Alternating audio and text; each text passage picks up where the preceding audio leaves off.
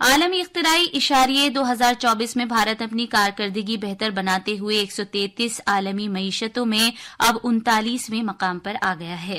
Commerce اور صنعتوں کے مرکزی وزیر پیوش گوئل نے اعلان کیا ہے کہ وسطی اور جنوبی ایشیا کے خطے میں 10 معیشتوں میں بھارت اول مقام پر ہے۔ ایک سوشل میڈیا پوسٹ پر جناب گوئل نے وزیر اعظم نریندر مودی کی قیادت اور ان کی رہنمائی میں قابل قدر کامیابیوں کو اجاگر کیا۔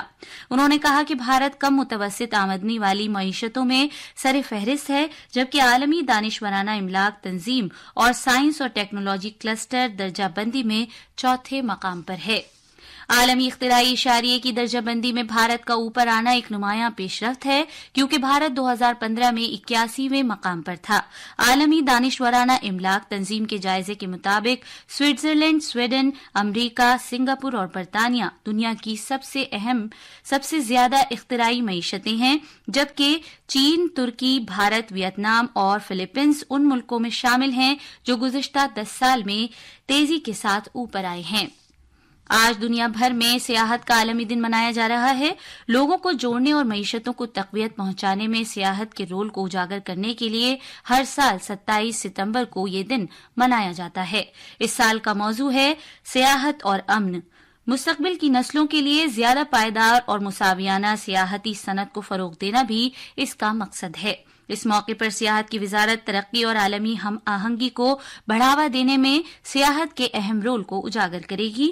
نائب صدر جمہوریہ جگدیپ دھنکڑ نئی دلی میں ایک تقریب سے خطاب کیا۔ اس موقع پر سیاحت کی وزارت سیاحت سے متعلق بہترین ٹورسٹ ولیج ایوارڈز جیتنے والوں کا اعلان بھی کیا گیا۔ ادھر سیاحت کی وزارت کی ڈائریکٹر جنرل مگدھا سنہا نے آکاشوانی کے ساتھ خصوصی گفتگو میں کہا کہ ذمہ دارانہ اور پائیدار سیاحت وقت کا تقاضا ہے۔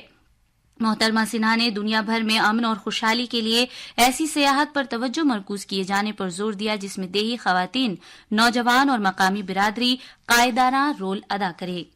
نائب صدر جمہوریہ جگدیپ دھنکڑ نے کہا ہے کہ سیاحت انسانیت کے رشتے کو مستحکم کرتی ہے، جس کی اس وقت شدید ضرورت ہے۔ آج نئی دلی میں سیاحت کے عالمی دن کے موقع پر منعقدہ ایک تقریب سے خطاب کرتے ہوئے جناب دھنکڑ نے یہ بات کہی۔ سیاحت کے امن کے عمل میں بڑے پیمانے پر تعاون کرتی ہے۔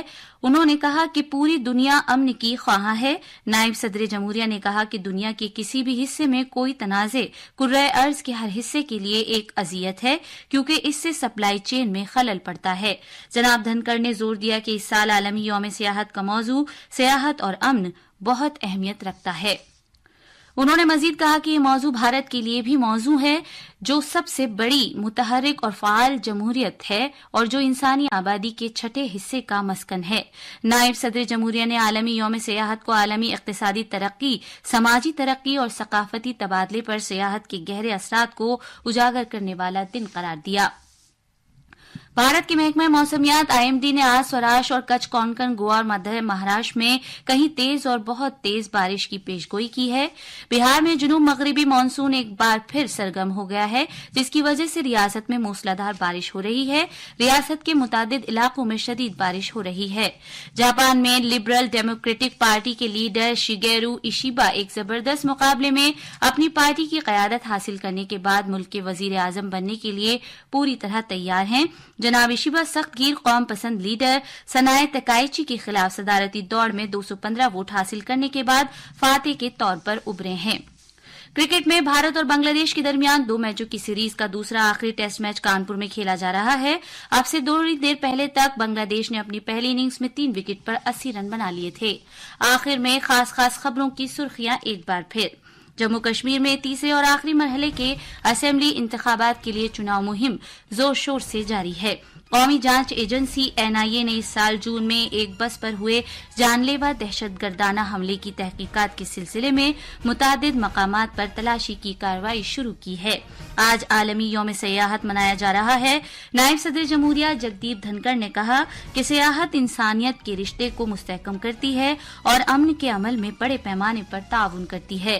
شیگیرو ایشیبا جاپان کے اگلے وزیر اعظم ہوں گے اور کرکٹ میں کانپور میں بھارت اور بنگلہ دیش کے درمیان دوسرا اور آخری ٹیسٹ میچ جاری ہے۔ اس کے ساتھ ہی خبروں کا یہ بلیٹن ختم ہوا۔